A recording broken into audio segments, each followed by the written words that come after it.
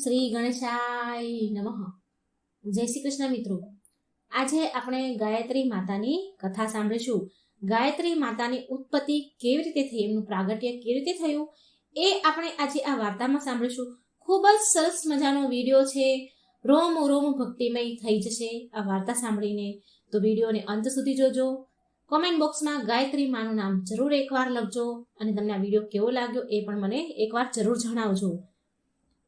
Video સારો લાગે તો લાઈક અને શેર કરવાનું ભૂલશો નહીં અને આ ચેનલને સબસ્ક્રાઇબ જરૂર કરી દેજો. ભગવાનની સરસ નવી નવી કથાઓ, જાણકારી, રહસ્યમય કથાઓ તમારા સુધી હું હંમેશા લાવતી રહીશ.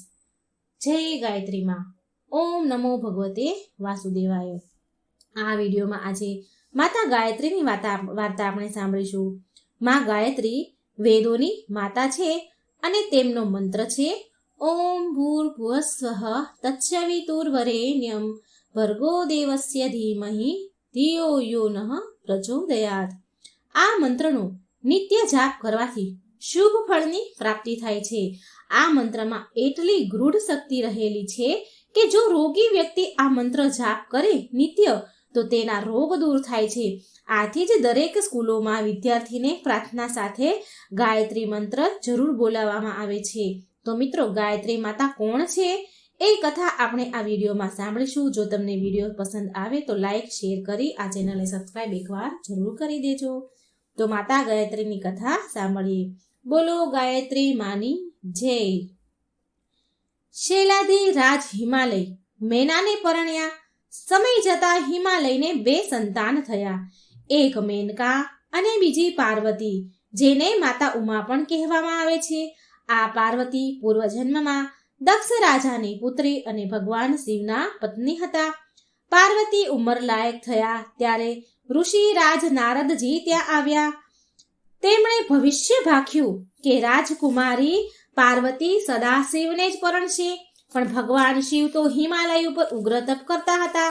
હિમાલયની આજ્ઞા મેળવીને પાર્વતી 2 સખીઓ સાથે લઈને શિવ પૂજા આરાધના કરવા માટે ચાલ્યા. પાર્વતી જ્યારે શિવજીની પૂજા કરવા નમ્યા ત્યારે દેવાદિદેવ ઇન્દ્રદેવરાજે મોકલેલા કામદેવ સંમોહન બાણ ચડાવ્યું. તેની અસરથી શિવ સહેજ સ્તુબ્ધ થયા, પણ તરત જ મનોવિકારનું કારણ જાણતા કામદેવને શિવજીએ ભસ્મીભૂત કરી નાખ્યા. કામદેવના મૃત્યુનું કારણ પોતે જ છે એમ સમજીને પાર્વતીજી મૂર્છિત થઈ ગયા. મૂર્છાવશ બેભાન થઈ ગયા. હિમાલય તેમને ઉચકીને લઈ ગયા. ત્યારબાદ શિવજીને પતિ તરીકે પામવા માટે પાર્વતીએ ઉગ્ર તપસ્યા આદરી બટુક વેશે સદાશિવે પાર્વતીની કસોટી કરી. અંતે શિવજી પાર્વતી ઉપર પ્રસન્ન થયા અને હિમાલયને પોતે પાર્વતી સાથે વિવાહ માટે તૈયાર છે એમ જણાવ્યું.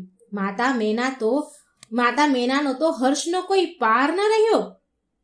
દેવોના રાજા ઇન્દ્ર રાજાને ખુશીનો કોઈ પાર ન હતો, કેમ કે તારકાસુરને મારવાનો પણ આ એક જ રસ્તો હતો કે શિવ પાર્વતી સાથે પરણે અને તેમનાથી જે પુત્ર જન્મે તે જ તારકાસુરનો સંહાર કરી શકે એમ બ્રહ્માજીએ વરદાન આપ્યું હતું તારકાસુરને. તે સ્વર્ગમાં પણ સર્વત્ર આનંદ વ્યાપી ગયો. શિવના વિવાહથી ઇન્દ્રને પણ શાંતિ મળવાની હતી. તારકાસુરનો નાશ થતા જ હવે સ્વર્ગ પર કોઈ આપત્તિ નહીં રહે એમ જાણી બધા દેવ ખુશ થતા હતા. પર્વતરાજ હિમાલય જાણે જીવનનું સર્વસ્વ મેળવી ચૂક્યા હોય એમ આનંદથી ઝૂમી ઉઠ્યા હતા. વર્ષોની ઝંખના જાણે હવે પૂરી થઈ હોય. કુળ પુરોહિત ગુરુવર ગંગાચાર્યને આમંત્રિત કરીને હિમાલય શુભ મુહૂર્ત જોડાવીને શાસ્ત્ર સંપન્ન ઋષિ રાજા પાસે લગ્ન માટે કુમકુમ પત્રિકા હર્ષપૂર્વક લખાવી. સર્વ પર્વતો, નદીઓ, અન્ય સગા સંબંધીઓ, સ્નેહીજનો, ઓળખીતા સર્વને સન્માનપૂર્વક લગ્નની આમંત્રણ પત્રિકા મોકલવામાં આવી. પર્વતરાજ હિમાલયના આમંત્રણ પત્રિકાનો કોણ અનાદર કરે તેમ હોય. હિમાલય તો દિવ્ય તેજોમય હતા. નદી પર્વતો માનવ સ્વરૂપ ધારણ કરીને પોતાના સજ્જનો, સ્નેહીજનો સાથે અમૂલ્ય ભેટ સોગાતો લઈ આવ્યા. નદી પર્વતો બધાએ જ માનવ સ્વરૂપ ધારણ કરીને બધા જ આવ્યા. સર્વના મનમાં એક જ તાલાવેલી હતી કે ભગવાન શંકર અને મા પાર્વતીના પ્રસંગે મહાલવાની અને અનેરા ઉત્સવ સમા માંગલિક પ્રસંગમાં ઉજવવાથી સર્વ પણ સુંદર નારીઓના દેહ ધારણ કરીને હિમાલયને સહાયભૂત થવા અને અનેરા લગ્ન ઉત્સવનો લાવો લેવા આવી પહોંચ્યા હતા. સર્વ સજી ધજીને આવ્યા. હિમાલય તો પોતાની નગરીને શણગારી આસોપાલવ, તોરણ અને શિવ તથા તેમના મનના આદર સત્કાર તથા સન્માન માટે ભવ્ય મંડપોનું આયોજન કરવામાં આવ્યું. જાનના આદર સત્કાર માટે ભગવાન સદાશિવનો ઉત્સાહ પણ અનેરો હતો. શંકર ભગવાન ખૂબ ખુશ હતા. શંકરના આમંત્રણને માન આપી દેવરાજ ઇન્દ્ર, બ્રહ્મા, વિષ્ણુ પત્નીઓ સહિત આવ્યા હતા. મહર્ષિ, દેવર્ષિ અને મુનિરાજો તો જાણે પોતાના ઘરમાં જ લગ્ન પ્રસંગ હોય તેમ અગાઉથી જ આવેલા હતા. નારદજી તો જાણે પ્રસંગના સૂત્રધાર હોય તેમ સેવા આપી રહ્યા હતા. ભગવાન શિવના સાનિધ્યમાં રહેનારા ભૂત આદિ જીવો પણ વિવિધ સ્વરૂપો ધારણ કરીને પોતાના ભાગ લેવા આવેલા હતા. પોતાના ભાગે આવેલું કામ ઉપાડી લેતા હતા. લગ્નનો દિવસ આવી પહોંચ્યો. ભગવાન શિવના ગળામાં રહેલો સર્પ તેના ગળામાં ઘરેણા બની ગયા. પહેરેલું વાઘ ચર્મ સુંદર આભૂષણ બની ગયું. અંગે લગાવેલ ભભૂતિ ચંદન લેપ બની ગઈ. સદા શિવનું રુદ્ર સ્વરૂપ તો ક્યાંક અદ્રશ્ય થઈ ગયું. તે દિવ્ય માન સ્વરૂપ શિવ માયાથી જ પ્રગટ્યું. શિવને જોનારા સહુ અચંભામાં પડી ગયા હતા. બ્રહ્માદિ દેવો શિવને વંદન કરવા લાગ્યા. વેદના જ્ઞાતા એના દિવ્ય સંગીત નાદથી વાતાવરણ ગુંજી ઉઠ્યું. માનવો, દેવો, યક્ષો, ગંધર્વો એ સર્વત્ર જય નાદ કર્યા. બધા જય જય નાદના નારા લગાવ્યા. સર્વત્ર આનંદનું સામ્રાજ્ય ફેલાયું હતું. પાણી ગ્રહણ વિધિ પૂરી થતા અભિષેક વિધિ પૂરી થઈ. છેવટે મંગળ ફેરાનો આરંભ થયો. અગ્નિની સાક્ષીએ પ્રદક્ષિણા વિધિ શરૂ થઈ. સર્વદેવો ભાવપૂર્વક બે હાથ જોડી શિવ પાર્વતીને વંદી રહ્યા હતા. ભગવાન શિવના મનમાં તો કંઈક બીજી જ યોજના આકાર લઈ રહી હતી. ભગવાન શિવને લીલા કરવાનું મન થયું.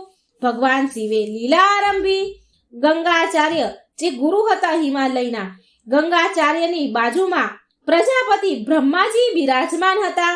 તેથી ભગવાન શંકરની લીલાનો પહેલો જ શિકાર બ્રહ્માજી બન્યા. પ્રજાપતિ બ્રહ્મા સર્વશાસ્ત્રના જાણકાર, વેદના ઉત્પત્તિ સ્થાન સમા બ્રહ્મા ભગવાન શિવની લીલા સમજી શક્યા નહીં.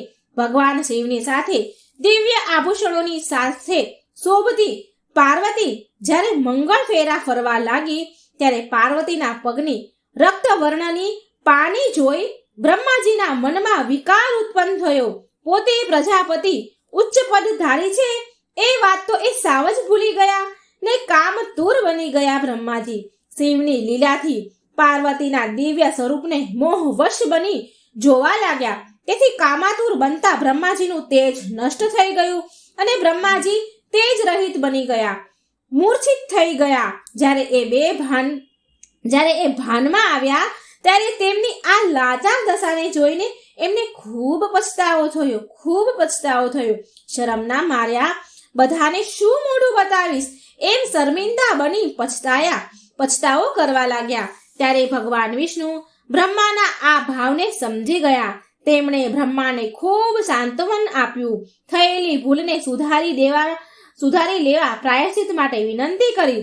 બ્રહ્માથી નતમસ્તકે વિષ્ણુની વાત સાંભળી રહ્યા હતા. કારણ કે હવે તેમનાથી કંઈ બોલાય તેમ હતું નહીં. વિષ્ણુએ બ્રહ્માના દુઃખને ઓછું કરવા જણાવ્યું કે હે બ્રહ્મા, આ નિરાશ વદ અને શોક મગ્ન થઈ બેસી રહેવાનો કોઈ અર્થ નથી. આ હિંમત બનશો તો બહુ મુશ્કેલીઓ આવશે.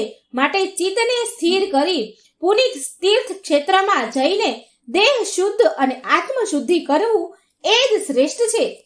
વિષ્ણુની વાત બ્રહ્માજીએ માન્ય કરી. ભગવાન વિષ્ણુએ એવું કોઈ ઉત્તમ તીર્થ ક્ષેત્ર શોધી આપવા જણાવ્યું. ભગવાન વિષ્ણુને બ્રહ્માજીએ કહ્યું કે મને કોઈ એવું ઉત્તમ તીર્થ ક્ષેત્ર શોધી આપો જ્યાં આત્મશુદ્ધિ અને કર્મ પ્રાયશ્ચિત થઈ શકે.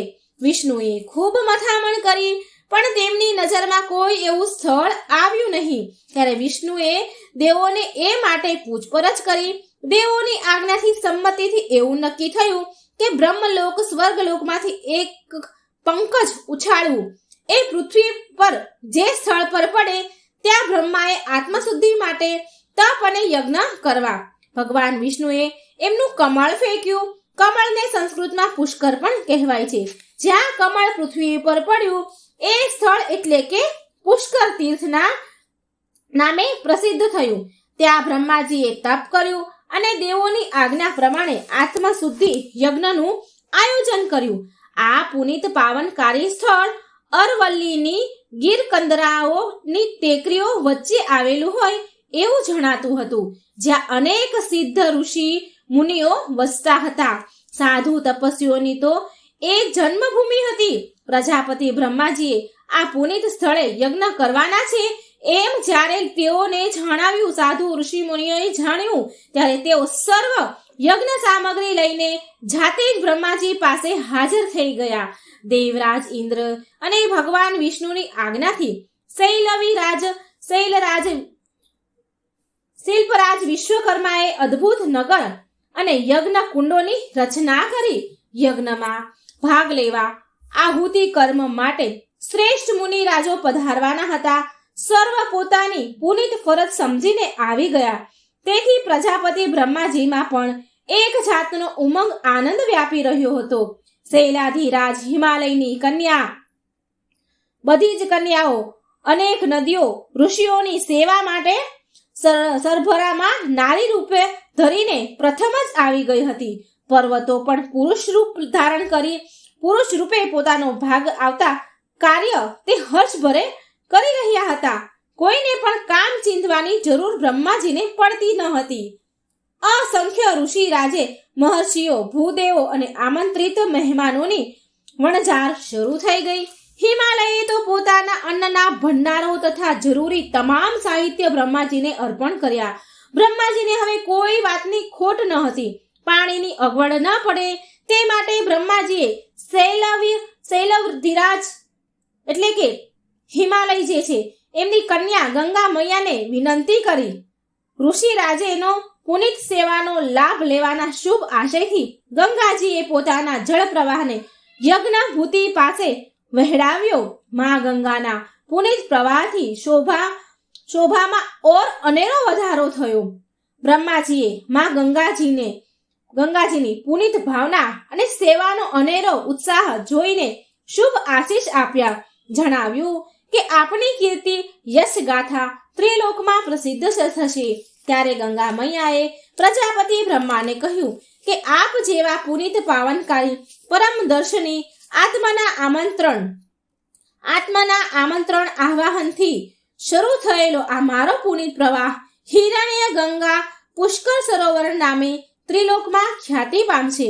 જે કોઈ જીવ આત્મા આ પુનિત પ્રવાહમાં સ્નાન કરશે તેના સર્વ પાપ નષ્ટ થશે અને એને મોક્ષ ગતિનો એ વ્યક્તિ અધિકારી બનશે. મારા તટ પર તપસ્યા કે જપ અનુષ્ઠાન કરનાર ઉત્તમ સિદ્ધિ મેળવી શકશે. યમદૂતો કે યમનો કોઈ જ ભય તેમને સતાવશે નહીં. પ્રજાપતિ બ્રહ્માને લાગેલું કાલીમાનું કલંક એ તો હવે ભૂતકાળ બની ગયું હતું. સર્વજનો બ્રહ્મા પ્રત્યે ખૂબ આદર માનથી જોતા હતા બ્રહ્માજીને.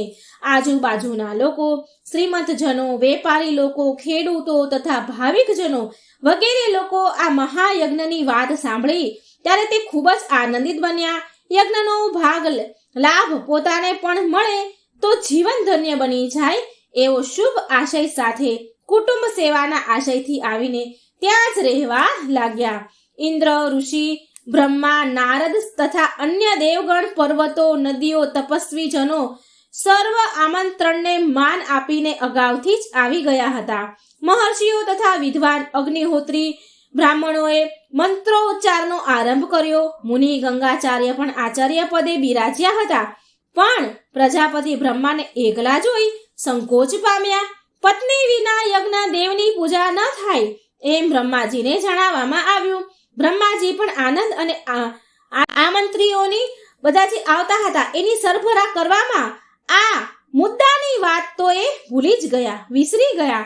એટલો મોટો સમારંભ થતા ઉત્સવના તે સૂત્રધાર તો બન્યા હતા, પણ પત્ની સાવિત્રીને સાવ જ ભૂલી ગયા હતા. વસ્તુ સ્થિતિનો ખ્યાલ આવતા એક ઋષિને દિવ્ય શક્તિ આપી ઝડપી આકાશ માર્ગે ઉડ્ડયન કરી સાવિત્રીને તેડી લાવવા મોકલાવવામાં આવ્યા. મુનિએ દેવલોકમાં જઈ બ્રહ્માની પત્ની સાવિત્રીને બ્રહ્માએ આદરેલા મહાયજ્ઞની સઘળી વાત વિસ્તારથી કરી અને પોતાને તેડવા મોકલ્યા છે, કારણ કે આપના વિના યજ્ઞ કાર્ય શક્ય નથી. તેની સાથે આવવાનું કહ્યું એમ એમણે ઋષિ મુનિએ જણાવ્યું. યજ્ઞશાળા માટે યોજાયો છે તે વાત પણ ભોળા ભાવે મુનિએ જણાવી દીધી. એક તો આમંત્રણનો અભાવ અને બીજી બાબતમાં ઘી ઓમાયું. ગુસ્સે ભરાયેલા બ્રહ્મા પત્ની સાવિત્રીએ મુનિરાજને સ્પષ્ટ શબ્દોમાં જણાવ્યું કે પાર્વતીના પિતા સમા બ્રહ્માએ પાર્વતી સાથે કુદૃષ્ટિ કરી નામ લજવ્યું છે. તેમને યજ્ઞ કરવો હોય તો ભલે કરે, મારી આવવાની બિલકુલ ઈચ્છા નથી. પોતાનો થયેલ અનાદાર અને પતિની પરસ્ત્રી તરફની કુદૃષ્ટિના પ્રસંગને સાવિત્રી સહન કરી શક્યા નહીં. તેમના આખા શરીરમાં ક્રોધ વ્યાપી ગયો. અન્ય કોઈ હોત તો જરૂર શ્રાપ આપી દીધો હોત, પણ આ તો મુનિરાજ હતા અને એ તો ચિઠ્ઠીના ચાકર જેવા બિચારા. તેમનો શું દોષ હતો? તેમણે તો માત્ર બ્રહ્માની આજ્ઞાનું પાલન જ કર્યું ને. મુનિરાજ પણ વસ્તુ અને સ્થિતિ પામી ગયા હોય એમ જાણી ગયા હોય એમ અન્ય કોઈને જ દલીલ કર્યા વિના યજ્ઞભૂમિમાં પાછા આવી ગયા. એ મુનિને એકલા આવેલા જોઈ ઇન્દ્ર આદિ દેવો, વિષ્ણુ ભગવાન વગેરે પણ ખૂબ મૂંઝાયા. ખુદ બ્રહ્મા પણ ગાઢ વિચારમાં પડી ગયા, કારણ કે પત્ની વિના યજ્ઞ કેવી રીતે થઈ શકે? મુનિએ સાવિત્રીના રોષ અને યજ્ઞમાં ભાગ ન લેવાની વાતને સ્પષ્ટ જણાવી. યજ્ઞ દેવનું આહ્વાન અને દેવોનું પૂજન કાર્ય તો આરંભ થઈ ચૂક્યું હતું. યજ્ઞ બંધ રખાય રે તો મૃત્યુલોકમાં બ્રહ્માજીને બદનામી મળે તેમ હતી. યજ્ઞ ભૂમિ છોડવી એ બ્રહ્માજી માટે શક્ય ન હતું. પૂજન અર્ચન કરી રહેલા ઋષિ મુનિઓ પણ બ્રહ્માની વેદના મૂંઝવણ સમજાઈ એમને ગયું. જો બ્રહ્માજીની પત્ની સાવિત્રી ન આવે તો બીજી કોઈ પણ સ્ત્રી બ્રહ્માજીની પત્ની તરીકે લાવી બેસાડવામાં આવે તો જ યજ્ઞ પૂરો ગણાય. બ્રહ્માજીની આજ્ઞાથી દેવાધિદેવ ઇન્દ્રરાજ બ્રહ્માજી માટે બીજી પત્ની શોધી લાવવા નીકળી પડ્યા. રસ્તામાં તપાસ કરતા એક છાસ વેચનારી ગોપ કન્યા તેમની નજરે પડી. તેને ઇન્દ્ર લઈ આવ્યા. ઋષિજનોએ તેમની દેહ શુદ્ધિ કરી અને બ્રહ્માજી સાથે તેના લગ્ન કરાવવામાં આવ્યા. પછી બ્રહ્માજીને સર્વ યજ્ઞ પૂજન કરતા ઋષિ મુનિઓએ વિનંતી કરી કે હે ભૂદેવો, આ ગોપ કન્યા હોવા છતાં હવે મારી પત્ની છે, તેને આપ સર્વ હવે માન્ય રાખો. ઋષિ રાજાઓએ આ વાત માની ગોપ કન્યાને બ્રહ્માજીની પત્ની તરીકે તેને સ્વીકાર કર્યા. બધાએ એનો સ્વીકાર કર્યો. બ્રહ્માજીએ આ ગોપ કન્યાને તેજ અને દિવ્ય સ્વરૂપ પ્રદાન કર્યું અને તેનું ગાયત્રી એવું નામ આપવામાં આવ્યું.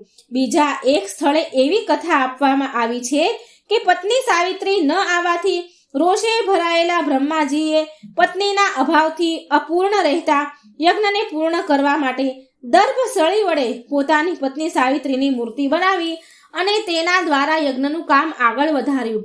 પણ આહુતિ કામમાં તેની પત્નીની જરૂર પડે તેથી પ્રજાપતિ બ્રહ્માજીએ પુનઃ મુનિરાજને સ્વર્ગલોકમાં સાવિત્રીને બોલાવવા માટે ફરીવાર મોકલ્યા. યજ્ઞ કાર્ય પૂજા પૂરી થઈ છે. આપના સ્થાન પર દર્ભ મૂર્તિ ગોઠવાઈ ગઈ છે તે વાત પણ જણાવી સાવિત્રીને. તેથી તો સાવિત્રીનો ગુસ્સો અત્યંત વધી ગયો. પોતાને બદલે મૂર્તિ સ્થાપિત, એવો ભયંકર અપમાન ગણાય મારું. આથી હું આવીશ નહીં એમ ફરી પણ સાવિત્રીએ સ્પષ્ટ જણાવી દીધું. મુનિરાજ ફરી આવી બ્રહ્માજીને સઘળી વાત કરી. પ્રજાપતિ બ્રહ્માજીએ પણ પોતાની તેને ભૂલ તો સમજાય પણ કુદૃષ્ટિ કરી, તેથી ખૂબ ગુસ્સે ભરાય છે સાવિત્રી. એ જાણી બ્રહ્માજીને પણ દુઃખ થયું. એ અયોગ્ય કાર્ય હતું.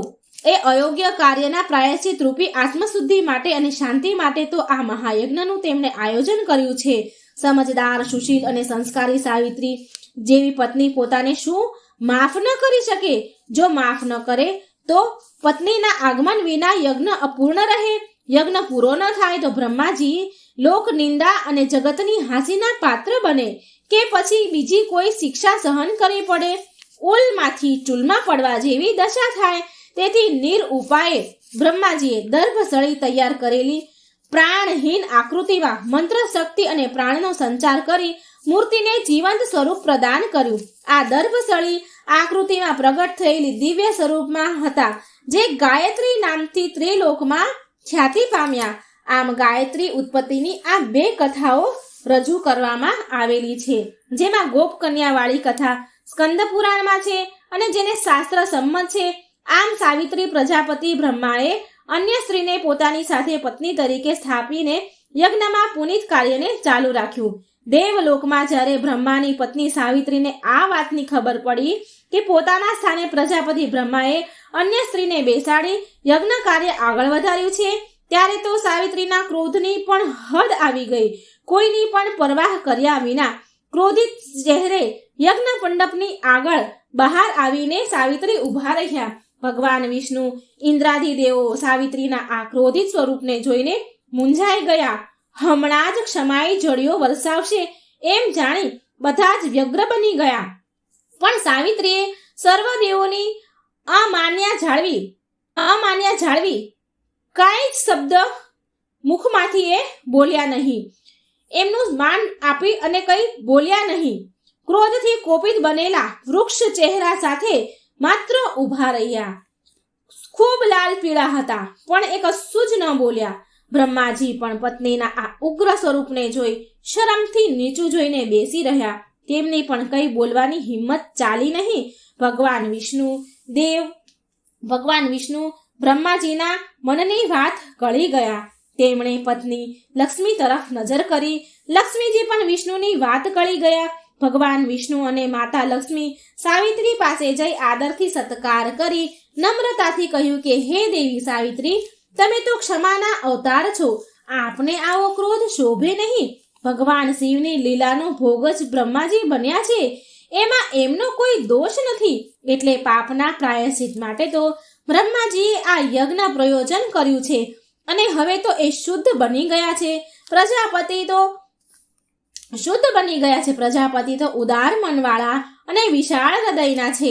આપના સન્માન માટે હંમેશા તત્પર રહેનારા, તમને સ્નેહ કરનારા છે. આપના સન્માન માટે હંમેશા તત્પર રહેનારા, તેમને આપના માટે સ્નેહ વિના અન્ય કોઈ જ ભાવ ન હોઈ શકે. માટે આમ તેમને ક્ષમા આપી આ પુનિત કાર્યમાં સહભાગી બનો એવી અમારી શુભ કામના છે. ભગવાન વિષ્ણુ અને લક્ષ્મીજીની આ મીઠી વાણીથી સાવિત્રી દેવીનો ક્રોધ ઓસરી ગયો. ઉગ્રતાની બદલે પ્રસન્નતાથી મંદ સ્મિત કરતા સાવિત્રી યજ્ઞભૂમિને નિહાળવા લાગ્યા. પોતાના પતિ ભૂલનો ભોગ બનેલા છે, નિમિત્ત બન્યા છે તે વાત વિચારવાને બદલે ઉગ્ર બની અનાદર કર્યાના પોતાના પતિ ભૂલનો ભોગ બનેલા છે, નિમિત્ત બન્યા છે તે વાત વિચારવાને બદલે ઉગ્ર બની અનાદર કર્યો બદલ પછતાવો પણ થયો તેમને. પણ પોતાની ભૂલ સમજાઈ ગઈ હતી. હવે એમને પ્રસન્ન વદને બ્રહ્માજી તરફ એ જોઈ રહ્યા હતા. ત્યારે ભગવાન વિષ્ણુએ આનંદિત બની કહ્યું, હે ભગવતી સાવિત્રી દેવી, બ્રહ્માજીએ આપની ગેરહાજરીમાં જગતની બદનામી કલંકથી બચવા આત્મશુદ્ધિના પુનિત આશય માટે આરંભેલા યજ્ઞ કાર્યને પૂર્ણ કરવાના શુભ આશયથી જ ગાયત્રીને પોતાની બાજુમાં સ્થાન આપ્યું છે. હવે આપ અને ગાયત્રી પ્રજાપતિ બ્રહ્માની શક્તિ બનો અને આ જગતમાં તમામ લોકો તમને બ્રહ્મા શક્તિ તરીકે જ ઓળખશે. તમારા બંનેમાં કોઈ જ ભેદભાવ નથી. ન જોતા એક સરખી રીતે આત્મ કલ્યાણ માટે લોકો તમારી ઉપાસના ભક્તિ કરશે. લોકોનું કલ્યાણ કરવાનું પુનિત કાર્ય હવે બની રહેશે. માટે હે દેવી સાવિત્રી, ક્રોધ રહિત બની પ્રસન્ન મુખે આપ હવે સર્વ રોષને ભૂલી જાઓ અને પ્રજાપતિ બ્રહ્માની ડાબી બાજુ આસન પર બિરાજમાન થાવ એવી અમારી સર્વ ઇન્દ્રદેવોની કામના છે, ઇન્દ્રાદિ દેવો વગેરેની ઈચ્છા છે. એમ બોલી ભગવાન વિષ્ણુ સાવિત્રી સામે જોઈ રહ્યા. દેવી સાવિત્રીનો ક્રોધ હવે શાંત થઈ ગયો હતો, તેથી વિષ્ણુની વિનંતીને એમણે માન આપી બ્રહ્માજીની ડાબી બાજુના આસન પર સ્થાન લીધું. સાવિત્રી દેવી બિરાજમાન થતાં જ તમામ દેવો, મુનિ, રાજો, આચાર્યો તથા અંતરિક્ષમાં રહેલા ગાંધર્વોએ પણ આનંદિત બનીને પુષ્પવૃષ્ટિ કરી. યજ્ઞના આચાર્ય તથા ભૂદેવોએ શાંતિ મંત્રોચ્ચાર શરૂ કર્યા. ગાયત્રી, સાવિત્રી અને પ્રજાપતિ બ્રહ્માએ આવી રીતે મહાયજ્ઞનું કાર્ય પૂર્ણ કર્યું. મહાયજ્ઞની પૂર્ણાહુતિ સાથે જ બ્રહ્માજીને લાગેલું કલંક દૂર થયું. આત્મશુદ્ધિ થતાં બ્રહ્માજી દેવલોકના અધિકારી બન્યા. યજ્ઞ કરવા આવેલા તમામ ભૂદેવ અને ઋષિઓ, રાજાઓ યોગ્ય પાત્ર ભૂદેવોને, ઋષિરાજોને યોગ્ય પાત્ર દાન દક્ષિણા આપવામાં આવી. દરેકને સુવર્ણ મુદ્રાઓ અને મૂર્તિનું દાન કરવામાં આવ્યું. દરેક ભૂદેવને ગાયત્રી, સાવિત્રી વચ્ચે બિરાજમાન બ્રહ્માજીની ચિરંતર મૂર્તિની સપ્રમ ભેટ આપવામાં આવી તથા પોતપોતાની કાયમી યાદગીરી રહે તે માટે એક ભવ્ય મૂર્તિ ગાયત્રી, સાવિત્રી, બ્રહ્માજીની તેમણે ભૂદેવોને આપી. પ્રસન્ન થયેલા ભૂદેવોએ બ્રહ્માજીને શુભ આશીષ આપ્યા. ભૂદેવના આશીષ લઈ સર્વ દેવોની સાથે બ્રહ્માજી આનંદ કરતા કરતા દેવલોકમાં સિધાવ્યા. ભૂદેવોએ પોતાની સાથે મળેલી એ ભવ્ય મૂર્તિ પુષ્કળ સરોવરના તટે વિશાળ મંદિર બાંધી તેમની વિધિ સહિત મૂર્તિની પ્રાણ પ્રતિષ્ઠા કરી પધરાવી. ભૂદેવોએ આ પુનિત કાર્ય કરી કૃતાર્થ થયા. સ્વયં બ્રહ્માજીએ આ પુનિત સ્થળે મહાયજ્ઞ કર્યો હોવાથી અને તેમના પવિત્ર હાથે આ મૂર્તિ તેમણે ભૂદેવોને આપી હોવાથી આ મંદિર બની ગયું. આટલું જ નહીં, તીર્થોના રાજા તરીકે જગતમાં તે પુષ્કર રાજ નામે પ્રસિદ્ધ થયું. એવું કહેવાય છે કે આ પુષ્કર તીર્થમાં બ્રહ્માજીની નાસિકામાંથી ભગવાન વિષ્ણુ વરાહ રૂપે પ્રગટ થયા હતા. આમ જ્યેષ્ઠ પુષ્કર, મધ્ય પુષ્કર અને કનિષ્ઠ પુષ્કર આ ત્રણેય તીર્થ ઉપરાંત બ્રહ્માજી, વરાહ ભગવાન, કપાલેશ્વર, શિવ પર્વત, સાવિત્રી દેવી, ગાયત્રી દેવી અને બ્રહ્માજીના યજ્ઞના મુખ્ય મહર્ષિ અગસ્ત્ય આ ક્ષેત્રના મુખ્ય દેવતાઓ રૂપે બિરાજે છે.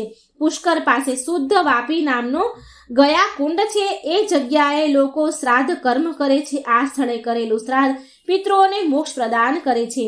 પદ્મા પુરાણમાં પણ કહેવામાં આવ્યું છે કે ભગવાન શ્રી રામના પિતા દશરથને દેહ છોડતી વખતે પુત્ર મોહ ચિત્તમાં એવો છવાઈ ગયો હતો કે તેનાથી વધારે ભારે ગ્લાનિ, સંતાપ અને દુઃખ અનુભવાયા હતા.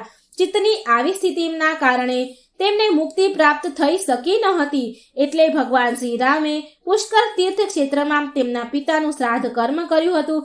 એનાથી દશરથ રાજાના આત્માને શાંતિ અને પુનરાવૃત્તિમાંથી મુક્તિ પ્રાપ્ત થઈ હતી. શાસ્ત્રોમાં એ દર્શાવેલ મહિમા અનુસાર એવું માનવામાં આવે છે કે પુષ્કરના આ પવિત્ર સરોવરમાં શ્રાદ્ધ પક્ષમાં ભાદરવા વદ ચોથ સાથે મંગળનો યોગ આવે ત્યારે આમાં કરેલું સ્નાન અત્યાધિક પુણ્યકારક બને, જેના દર્શન માત્રથી સંસાર સાગરમાંથી તરી જવાય અને તે ત્યાં કરેલા શ્રાદ્ધ ક્રિયાથી પિતૃઓને પણ તરી જવાય છે. ભગવાનના દિવ્ય ધામમાં પહોંચાડી શકાય પિતૃઓને પણ.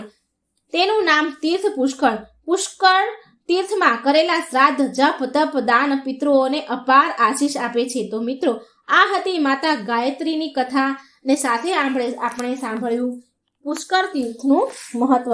આશા છે મને કે તમને આ વિડીયો જરૂર પસંદ આવ્યો હશે. જો વિડીયો પસંદ આવે તો લાઈક અને શેર કરજો. કોમેન્ટ બોક્સમાં મા ગાયત્રીનું નામ એકવાર જરૂર લખજો.